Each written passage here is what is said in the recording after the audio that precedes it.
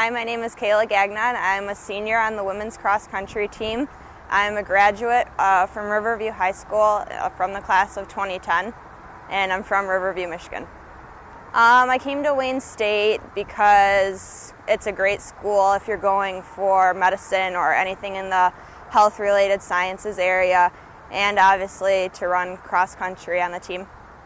My goals for the season are for the team to finish in the top 4 in the region and then to help get the team to nationals. Since it's been quite a few years since we've been there, I really think that we can do it this year. We have a very talented group of girls and we're very deep, so I think we can do it.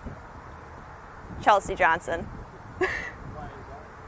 She's one of my best friends, and she's just a really funny person. She's always there to lighten the mood. She always has jokes. She's always there for me. After Wayne State, I'm hoping to get into the occupational therapy program.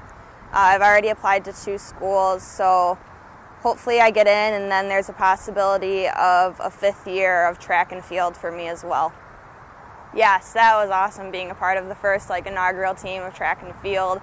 A lot of firsts for everyone, and then it was awesome being on the first team and being able to score in the GLIAC and hitting the provisional time on the DMR relay team, so that was a lot of fun.